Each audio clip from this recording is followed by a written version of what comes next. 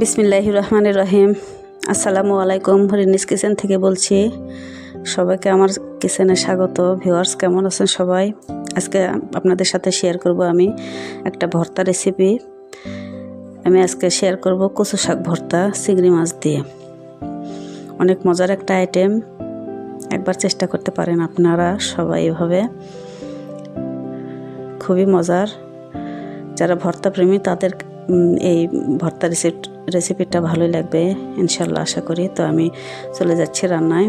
আমি এখানে 2 আটি কচু শাক নিয়েছি, কেটে ধুয়ে পরিষ্কার করে নিয়েছি, পানি ঝরিয়ে ছোট ছোট করে কেটে নিয়েছি।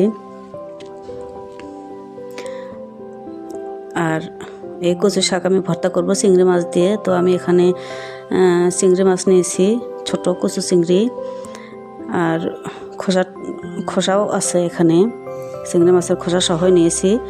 তো এই চিংড়ি মাছগুলো আমি ব্লেন্ড করে নেব। তো ব্লেন্ডার জারে আমি মাছগুলো দিয়ে ব্লেন্ড করে নেব।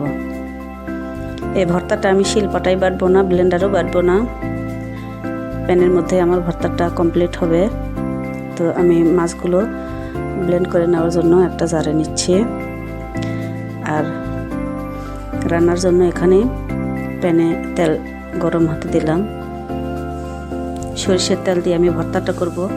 যে কোনো ভর্তায় সরিষার তেল অনেক ভালো যায়। তো আমি এখানে পেঁয়াজ দিচ্ছি 1 বাটি পরিমাণ, মানে অনেকগুলো পেঁয়াজ দিতে হবে।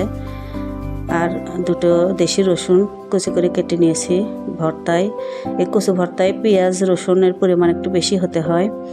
যে কোনো ভর্তায় পেঁয়াজের পরিমাণ একটু বেশি দিলে অনেক মজা হয়। যাই হোক, পেঁয়াজগুলো আমি একটু ভেজে নেব নরম হয়ে আসা পর্যন্ত। তার মধ্যে দিয়ে দিচ্ছি 10-12টা কাঁচামরিচ, কুচি কুচি করে কেটে নেওয়া কাঁচামরিচ দিয়ে সামান্য ভেজে নেব। সামান্য নেড়েচেড়ে ভেজে নেব। তো এই পর্যায়ে দিয়ে দিচ্ছি লবণ, পরিমাণ মতো, স্বাদ মতো লবণ দিচ্ছি। অল্পই দিলাম, পরে লাগলে আরও দেব। দিয়ে দিচ্ছি শুকনো মরিচের গুঁড়ো 1 চামচ, হলুদের গুঁড়ো সামান্য পরিমাণ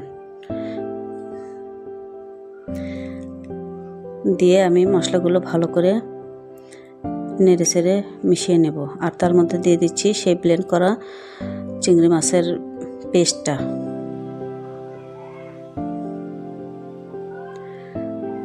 এভাবে আমি মাছের পেস্টটা মশলার সাথে একটু কষিয়ে নেব, মিনিট খানেক কষিয়ে নেব।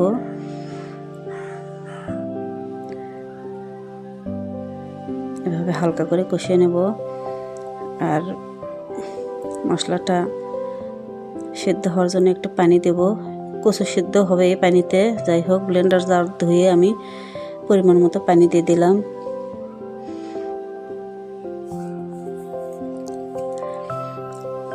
অনেক পানি দিয়ে নেড়েচেড়ে আমি এর মধ্যে কচুগুলো সিদ্ধ হতে দেব। তো আমি সবগুলো কচু এখানে দিয়ে দিলাম। মিডিয়াম আছে, হাই হিটে সিদ্ধ হবে না, মিডিয়াম লোর থেকে একটু বেশি মিডিয়াম আছে আমি এখানে সিদ্ধ হতে দেব। এবং ঢাকনা খুলে মাঝে মাঝে এবার এভাবে নেড়েচেড়ে দেব। কচু অনেকটা সফট হয়ে এসছে, আরও হবে। যাই হোক, আবার আমি ঢেকে অনেকক্ষণ সিদ্ধ করতে হবে, প্রায় 15-20 মিনিট পর আমি এটা দেখালাম। আবার ঢাকনা দিয়ে ঢেকে আবার আমি ফিরবো 5-7 মিনিটের মতো পর। তো আমার কচু শাকের পানি শুকিয়ে আসছে, অল্প কিছু পানি আছে। তো আমি এখানেই প্যানের মধ্যে একটা মেশার দিয়ে, বাংলা মেশার আর কি, এই মেশার দিয়ে এখানেই ম্যাশ করে নেব ভালোভাবে ঘুরিয়ে ঘুরিয়ে। আমি যেহেতু এটা শিলপাটায় বাটবো না, ব্লেন্ডারও বাটবো না, এখানে এভাবে কচু অনেক নরম হয়েছে, সিদ্ধ হয়ে এভাবে ম্যাশ করলে ভর্তাটা কমপ্লিট হয়ে যাবে। যাই হোক, আমার ম্যাশ করা শেষ। আমি আর একটু করব, শক্ত করব, বেশি নরম হয়ে গেছে। আর একটু জাল দিয়ে আমি আর একটু শুকনো করে নেব ভর্তাটা।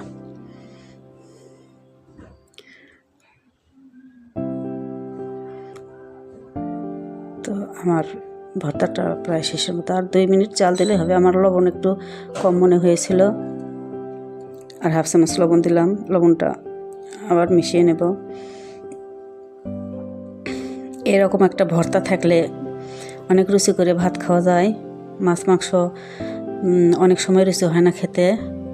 তো যারা ভর্তা প্রেমী আমরা এভাবে একবার ট্রাই করে দেখতে পারি। ভর্তা আমার অনেক প্রিয়, কচু শাক ভর্তা। চিংড়ি মাছ ছাড়াও এভাবে রান্না করা যায়। যাদের কাছে চিংড়ি মাছ থাকবে না তারা এমনিতেই রান্না করতে পারবেন, অনেক মজা হয়।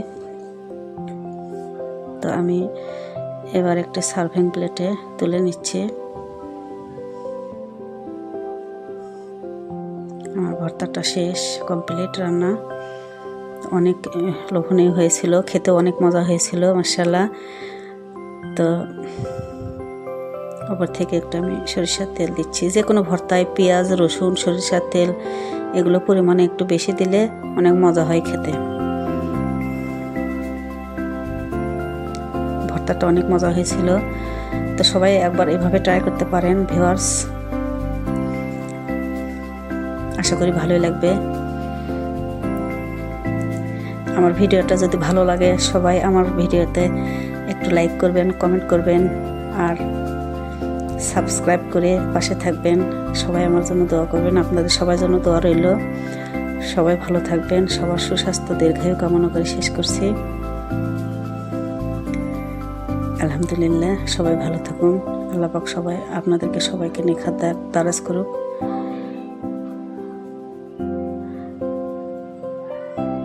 আসসালামু আলাইকুম।